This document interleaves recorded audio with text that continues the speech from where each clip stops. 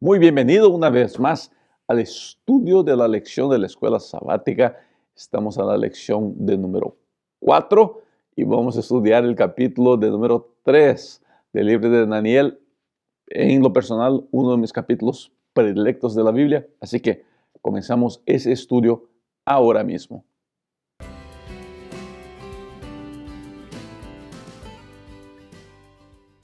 Lección número 4. Del horno ardiente al palacio. Comenzamos con la lectura del verso para memorizar.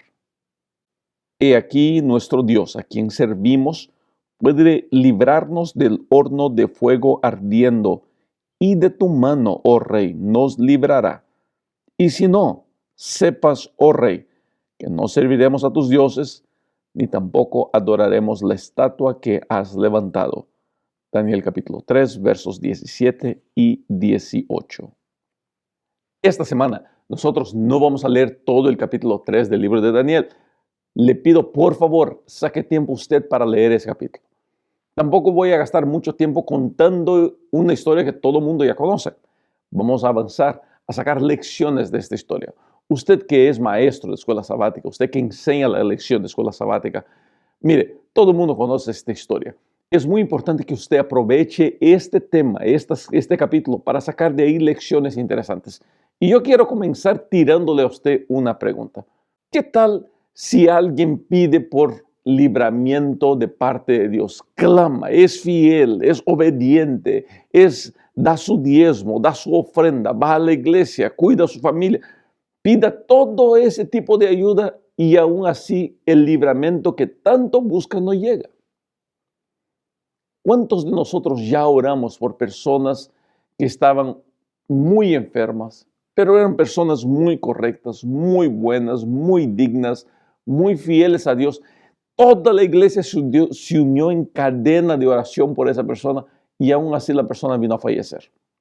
¿A cuántos ya nos pasó eso? ¿Qué pasa en situaciones así? ¿Celebramos la fe en Dios?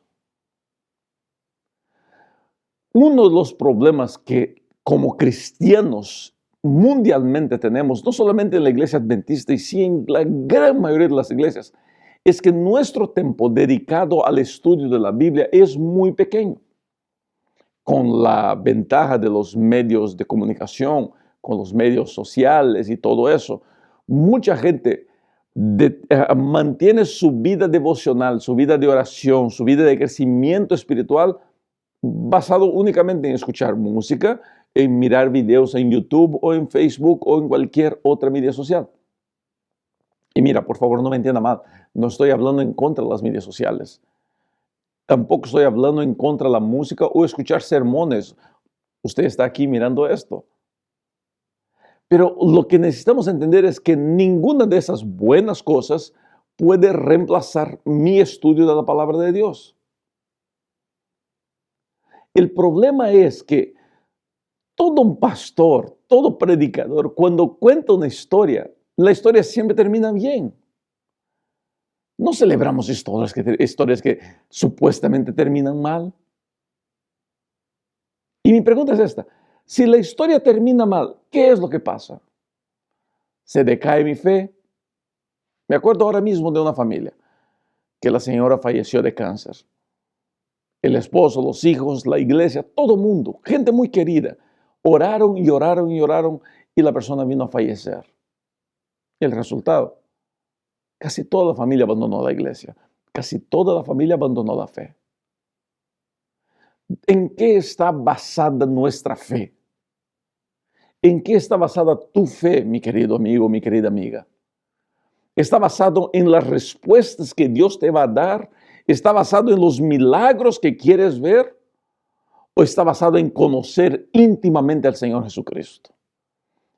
Y escucha bien lo que te voy a decir. Solamente se conoce al Señor Jesucristo de manera íntima, estudiando la Biblia y solamente la Biblia. Todo lo demás tiene su lugar, es importante, es muy bueno, pero yo solamente conozco al Señor Jesucristo si yo gasto tiempo en oración y estudiando la palabra de Él. Así que comienzo la lección de esta semana haciéndole una invitación. Gasta tiempo estudiando tu Biblia, estudia tu lección, gasta tiempo tú conociendo. Escucha sermones, es muy bueno, escucha música, es muy bueno, pero por favor no permita que su vida cristiana de usted dependa solamente de eso. Los primeros 7 versos del capítulo 3 hablan sobre el comienzo de la estatua y la primera invitación a adoración. Una vez más, le recomiendo que lea el capítulo 3 de Daniel. ¿Qué es lo que pasa aquí? Se detecta el problema más grande de la humanidad, que es el principal problema del universo, el orgullo. Nabucodonosor, en la lección anterior, en el capítulo 2 del libro de Daniel, recibe un sueño, una visión. Daniel se lo interpreta y la interpretación decía que él, Nabucodonosor, Babilonia, era la cabeza de oro de una estatua que Daniel vio, que Nabucodonosor vio en su sueño y que Daniel también la vio por revelación de Dios. Nabucodonosor, él sintió que ser la cabeza de oro era muy poco, que él tendría que ser más.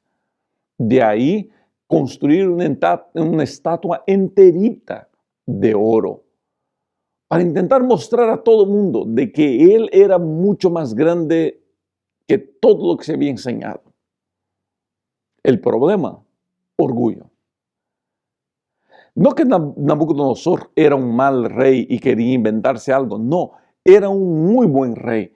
Él creció el imperio babilónico. El imperio babilónico tuvo dominio por la fuerza de Nabucodonosor. O sea, hacía bien su trabajo, vamos a ponerlo de esa manera.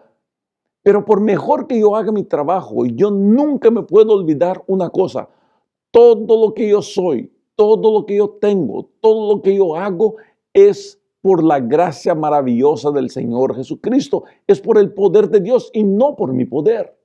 El momento que yo me olvido de que yo tengo que darle gloria a Dios de lo que yo soy, es a partir de ese momento que yo comienzo a construir de mí mismo una estatua para idolatría. Y querido, es tan fácil construir en nuestro corazón una estatua para idolatría. Es tan fácil construir en nuestro corazón una estatua que diga que yo soy algo, que yo soy alguien, que yo puedo las cosas, que yo soy el líder, que yo soy el anciano, que yo soy el tal. Nunca se olvide, por favor, de gloria a Dios de todo. Jamás, jamás piense que usted es lo que es porque usted es tan bueno, pues tan especial, tan inteligente. Somos porque Dios quiere así. Nabucodonosor construye una estatua enterita de oro, intentando mostrar que él era mucho más de lo que Dios le había dicho que sería. La lección del lunes usa Daniel 3 del verso 8 al verso 15 y lo va a comparar con Apocalipsis. Vamos a leer ese texto de Apocalipsis para intentar entender cuál es el punto que tenemos que destacar aquí en este día. Después vi otra bestia que subía de la tierra y tenía 2 cuernos semejantes a los de un cordero, pero hablaba como dragón y ejerce toda la autoridad de la primera bestia en presencia de ella y hace que la tierra y los moradores de ella adoren a la primera bestia, cuya herida mortal fue sanada.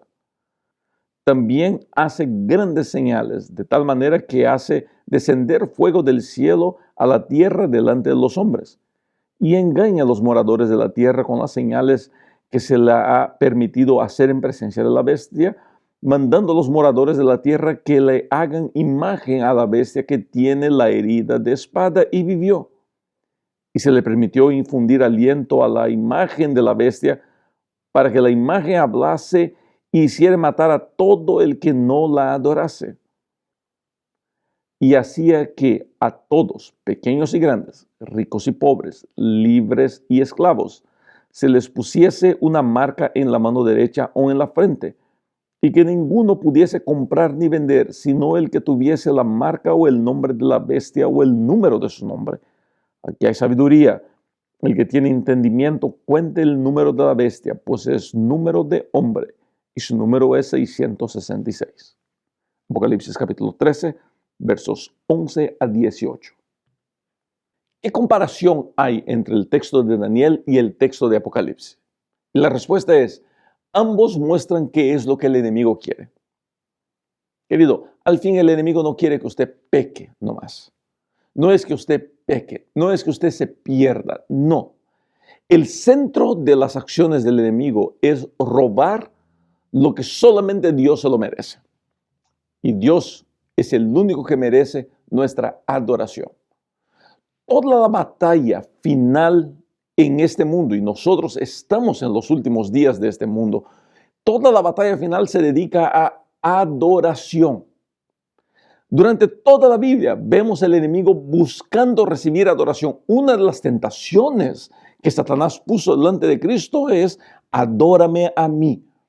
El enemigo quiere adoración. Mi lealtad a Dios no se enfoca en lo que yo hago por Dios. Mi lealtad a Dios se enfoca en qué estoy dedicando a Dios. Es una adoración. Abrir mano de mi voluntad para hacer la voluntad de Dios es demostrar que estoy dispuesto a adorarlo. Querido, en esta vida nosotros tenemos que intencionalmente buscar a adorar a Dios todos los días, en nuestras acciones, en nuestras palabras, en nuestro vestir, en nuestro comer. Pero ojo, a nadie le fue dado el trabajo de decir qué ropa adora a Dios y qué ropa no adora a Dios. Nadie tiene ese derecho. Nadie tiene el derecho de decir qué música adora a Dios y qué música no adora a Dios. Porque la palabra de Dios nos da libertad en decidir estas cosas. Tenemos libertad en el Señor Jesucristo para tomar nuestras decisiones.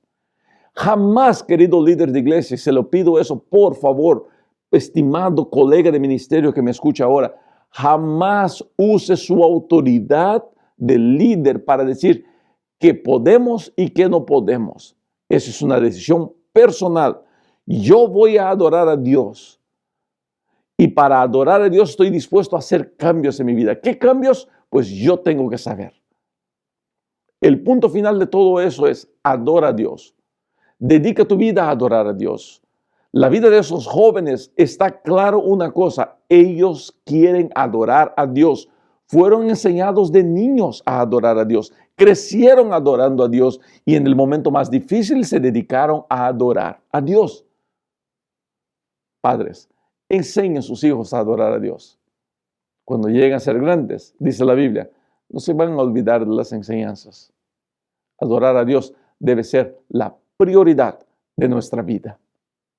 La lección de martes destaca los versos 17 y 18 del capítulo 3 de Daniel. Es la respuesta de esos jóvenes a Nabucodonosor. Usted conoce la historia. La estatua se levantó, todo el mundo se arrodilló, estos tres no. Nabucodonosor llama a los tres. Les da una segunda oportunidad y la respuesta de ellos es increíblemente asustadora. Rey, nuestro Dios nos va a librar de eso. Y si nuestro Dios no nos libra de eso, pues aún así seguiremos adorando a Dios. La pregunta que le hago a usted al leer estos textos una vez más es la pregunta que le hice en el comienzo de esta lección. ¿En qué está basada su fe en Dios? Si nuestra fe en Dios está basada puramente en sermones que escuchamos en la internet o en podcast o en videos de Facebook, de YouTube, si mi fe está basada solamente en eso, estará basado en las cosas, en mensajes bonitos donde todo termina bien. Jamás se promociona en internet la muerte de un fiel. La muerte de un fiel que pidió libramiento y no recibió. Eso no se promociona. Lo que se promociona es el fiel que pide libramiento y recibe libramiento y ahora da testimonio: Señor me libró de esto, del otro y del otro. Fenomenal, excelente historia. Pero si mi fe está basada en esto, si mi fe está basada en ver que alguien dio su diezmo, era pobre, ahora es rico, mi mente estará guiada a hacer las cosas para recibir cosas. Lo que la Biblia nos enseña es que mi fe tiene que estar basada en Dios por su soberanía y por su conocimiento. Mi fe no está basada en Dios por las cosas que Él me da. Y ese es el tipo de fe que vemos en esos jóvenes. Ellos no están preocupados si Dios los va a liberar o no. Ellos están preocupados en mantenerse fieles a Dios. Su fe no depende del libramiento de Dios. No sé si me hago entender. Muchas veces nosotros hacemos nuestra fe depender de qué tal libramiento Dios me da. Ahora, ¿y si Dios no me libra de lo que estoy pasando? ¿Mi fe seguirá en Él? Uno de los grandes ejemplos que veo de eso es Job. Se da cuenta que en el libro de Job, después de todo lo que pasa, de malo y de bueno, Job sigue sin explicación. Pero cuánta gente yo encuentro que me dice, pastor, ¿cómo quisiera que Dios me explicara por qué? ¿Tu fe depende de una explicación de Dios? Si mi fe depende de lo que Dios me va a dar, de cómo Dios me va a explicar, de qué es lo que Dios me va a mostrar, está claro una cosa, yo no he entendido qué es la soberanía de Dios. Por eso, nunca fue tan urgente como en nuestros días estudiar la Biblia, conocer a Dios, saber quién Él es, entender su amor, entender su predicación, conocer su doctrina. Querido, por favor no me entienda mal, yo no estoy hablando en contra de medias sociales porque yo las uso y sé la bendición que es.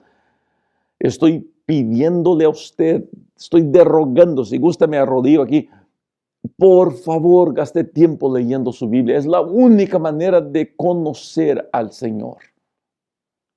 Conociendo a Cristo, pues yo puedo entender qué puedo esperar, qué no puedo esperar, pero más que todo, puedo aprender a confiar en Él. La lección de miércoles muestra esa protección, la protección de Dios por estos jóvenes. Cristo está ahí. Recuerda una vez más, Dios es el héroe del capítulo de Daniel. No es la dieta, no es la interpretación, no es la fidelidad, es Dios. Dios interviene en esa situación. ¿Por qué? ¿Por qué Dios salvó a estos jóvenes y no salvó a mi tía, mi primo, mi hijo, mi mamá, mi papá? No sé. Lo que yo sé es, Dios siempre está con nosotros.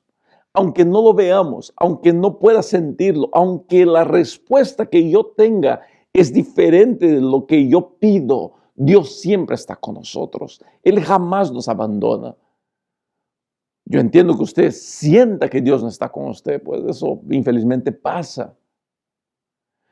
Y aquí vuelvo al punto y no quisiera que usted piense que quiero ser repetitivo, pero quiero destacar la importancia de eso. Es vital que usted estudie su Biblia, porque cuando yo estudio mi Biblia, yo entiendo cómo Dios está conmigo todo el tiempo. De ahí la importancia de conocer el texto bíblico, dedicar tiempo a leer las Escrituras para saber, Dios está conmigo, punto final. Ah, pero no me he portado bien, Dios está conmigo. Y me acuerdo de muchacho que yo escuchaba, no, si entras a un nightclub, si entras a un lugar así, si entras, el Señor no va contigo, los ángeles no van contigo, vas solo. Querido, yo entiendo por qué la gente contaba eso, más para asustar, para que uno no entre a esos lugares. Pero no hay lugar donde el Señor no nos acompañe, donde los ángeles no estén con nosotros para protegernos. Querido amigo, escuche, yo me puedo imaginar que usted está pasando momentos difíciles y hasta llegue al punto de pensar de que Dios lo ha abandonado a usted. Jamás Dios nos abandona. Jamás estamos solos. Dios siempre está con nosotros. No dude de eso. Aférrese a eso, por favor. No hay cosa mejor en la vida que enfrentar los hornos de fuego ardiente, seguro de que Dios estará conmigo aquí afuera y allá adentro. Mucha gente me pregunta en mis redes sociales, pastor, ¿qué hago para aumentar mi fe? ¿Cómo puedo tener una fe así? De estar dispuesto a morir por mi fidelidad a Dios. Querido, una fe como esa no viene de la noche al día. Viene cuando yo hago tres cosas. Uno, estudio la Biblia. Gasta tiempo estudiando la Biblia. Es la única manera de desarrollar la fe en Dios estudiando la Biblia. Conoce, investiga, gasta tiempo sumergido en la belleza que es la palabra de Dios. Segundo, habla con Dios. Ora. Dedica tiempo a hablar con el Señor. Gasta tiempo en silencio escuchando la voz de Dios. Estudio de la Biblia, oración. Y aquí está el problema. Mucha gente piensa que con estos dos pues es suficiente. Pero hay un tercer punto. ¿Puede imaginar cuál es? Si usted dijo hablar de Cristo a otras personas, entonces usted dio la respuesta correcta. La fe no es aprender y orar apenas. La fe se desarrolla en el compartir. La fe se desarrolla en lo practicar. Quiere tener una fe sólida y fuerte, practique su fe. ¿Y cómo se practica la fe? Hablando de Cristo a otras personas, compartiendo el mensaje de salvación, predicando la palabra de Dios, tocando puertas, repartiendo volantes, orando por las personas, viviendo alrededor de las personas que aún no conocen a Cristo y llamando a esa gente. Uno de los problemas con el mundo religioso es que nos encerramos en nuestra cascarita religiosa y ahí permanecemos toda nuestra vida. Pero la misión que Dios nos ha dado no se cumple sentadito en la banca de la iglesia. La misión que Dios me ha dado no es ir a la iglesia, sentarme ahí durante toda la mañana y listo. No. La misión de la iglesia no se cumple en la iglesia, se cumple afuera de la iglesia. Y si yo quiero desarrollar mi fe y tener una fe sólida, yo tengo que estar dispuesto a involucrarme afuera. Y la pregunta que le dejo hoy día es, y por favor conteste en los comentarios si gusta, ¿qué cosas podría hacer usted para desarrollar su fe en Cristo? ¿Qué cosas podría hacer? Quizá estoy hablando a alguien que hace mucho está pensando en comenzar un grupo pequeño. Pues comience. O quiere dar un estudio bíblico, no sabe cómo. Hable con su pastor a ver si le ayuda, le va a enseñar a cómo enseñar la Biblia a alguien. Pero haga algo. Su fe se va a desarrollar y usted va a ver. Su vida cristiana va a ser definitivamente mucho, pero mucho mejor. Fidelidad es el gran punto de esta lección. Pero un cuidado antes de terminar. Jamás piense que su fidelidad le va a conseguir algo. No es la fidelidad que hace algo por nosotros. Dios nos consigue algo. Dios hace algo por nosotros. Mi fidelidad es solamente estar dispuesto a recibir lo que Dios quiere hacer. Y si lo que Dios quiere hacer es librarme de la muerte, Él lo hará. Y si lo que Dios entiende que es mejor para mí, que pase yo por el valle de la sombra de la muerte, pasaré. Pero mi fe seguirá inabalada. ¿Por qué es importante eso? Porque vivimos los últimos días de esta tierra. Y la Biblia enseña que en los últimos días la fidelidad será puesta a prueba. Quizá usted, querido amigo, hoy día ahí donde vive, ya le están poniendo la fe a prueba.